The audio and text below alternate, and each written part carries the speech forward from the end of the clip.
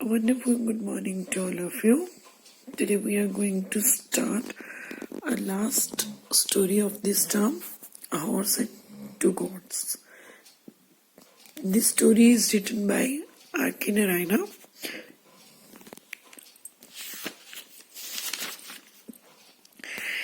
As first of all we discussed about the writer, that he is an Indian writer who is the best remembered for his stories, which is based on fictional southern Indian town of Malgudi.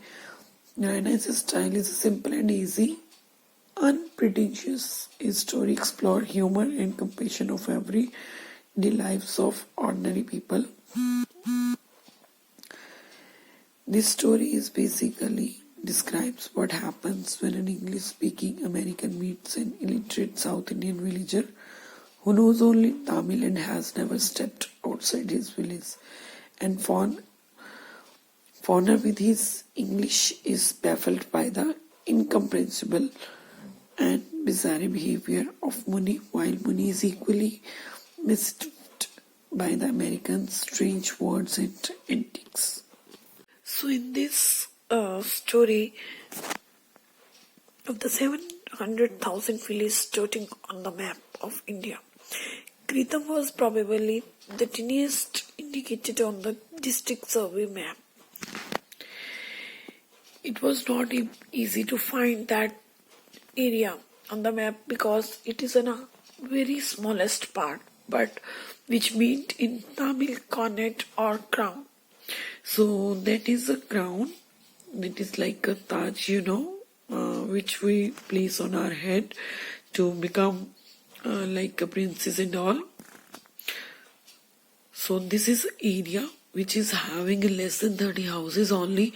One of them is making brick and cement, painted brilliant yellow and blue over the gorgeous carvings, goods and garlands and plastered.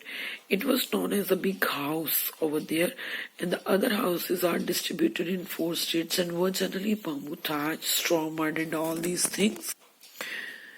This was a person who is living in there, that was a Muni. Known as Muni was the last house in the 4th state that he is living in a backward area that is a very least in cost, but he was telling that prosperous days Muni had owned a flock of 40 sheep and goats, sailed forth every morning and driving the flock off the highway of the couple of miles.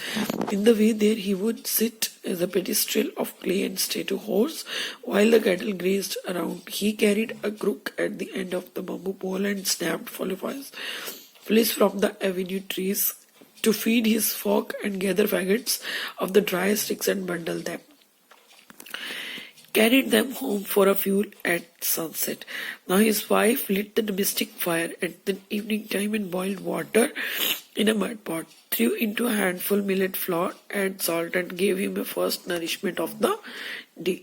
When the day was started out, she put in his hand a packet, launched once again the same millet cooked into a little ball which he could swallow with the raw onion meat. His fortune has declined gradually and unnoticed from a flock of 40 which he dropped into a pen at a night stock. He had now turned to the 2 gods, which how many gods he has left? That 2, which were intended to be drumstick tree which grew on the front of his hut and from which occasionally Muni could shake down drumsticks. This morning he got 6. Then he collected these all drumsticks and has a priest who owned the tree. It was because of he lived in its shadow. Because it is nearby his house, so this tree is related to the Muni. His wife said, if you were content to the drumstick leaves alone, I could boil and salt some for you. Oh, I am tired of eating those leaves. I have coming to the chew drumstick out of sauce, I tell you. You have only 4 teeth in your jaws, but still you are asking a number of things to eat. Like you want that a stuff for the beef sauce. I will prepare it for you. After all, next year you may not live Now she is saying that, might this is your last year in your life, so I will try to make all these things what you want, but before that you have to bring this material like dal, chili, curry leaves, mustard, coriander, all these things. Do not miss any of the thing. Walk out of the street.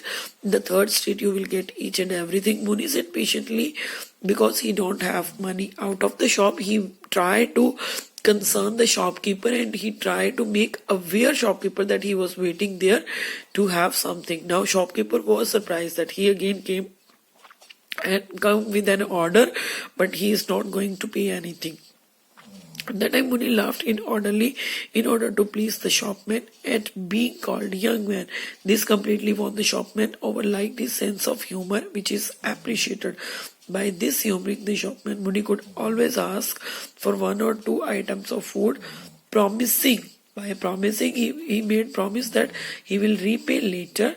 Some days the shopman was in a good mood and gave in, and sometimes it is not possible because he is having a high temper, and he barked at Muni for daring of his ask for credit.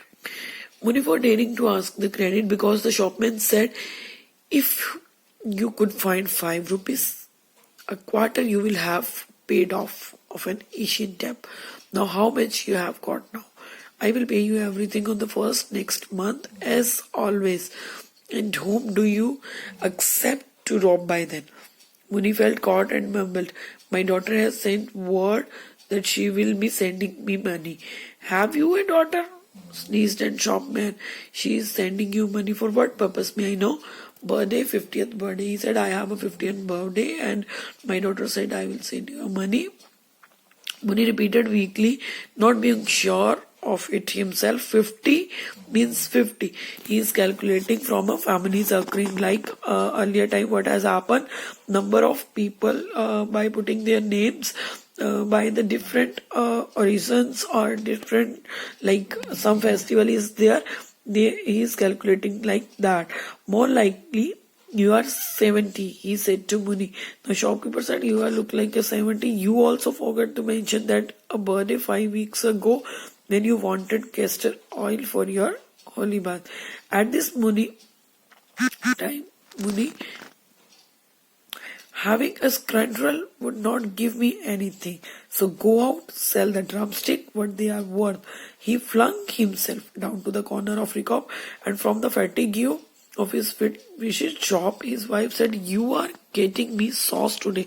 He was trying to eat something, but his wife is not going to make anything, and he was saying that till the evening, if you are not going to bring anything, I am not going to give you anything. Don't come back before the sun is down. He said that you no need to come back at home till you are not going to bring any kind of material or money. He knew that obeyed he would somehow conjure up some food for him, and in the evening only he must careful not to argue and irritate her. Her temper was undependable in the morning but improved in the evening time. Morning time his wife is starting shouting, but in the evening time she is going to be calm. She was sure to go out, work, grind corner, and in the big house sweep and scrub everywhere, and earn enough to buy food stuff and keep a dinner ready for him.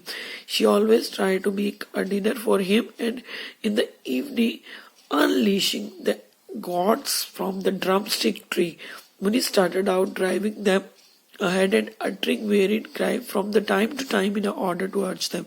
He passed through the village, about in a thought.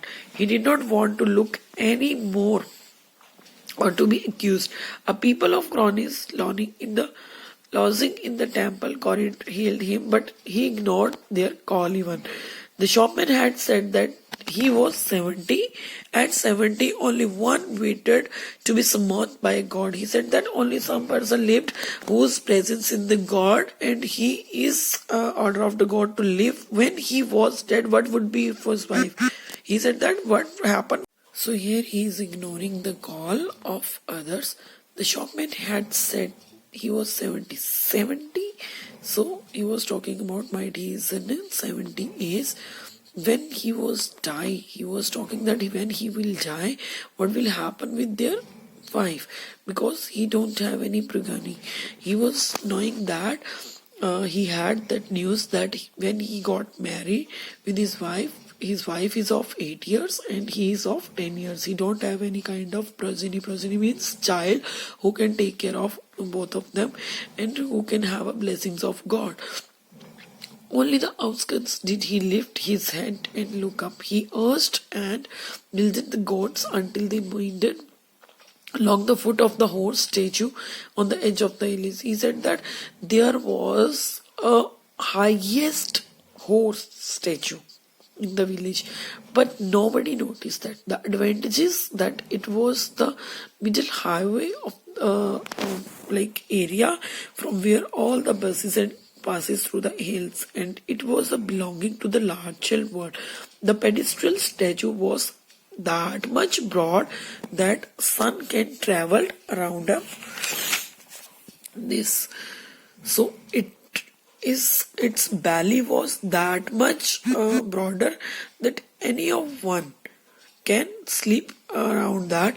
The horse was nearly life size, molded out of a clay bark, burnt, brightly colored, and even reared in its proudly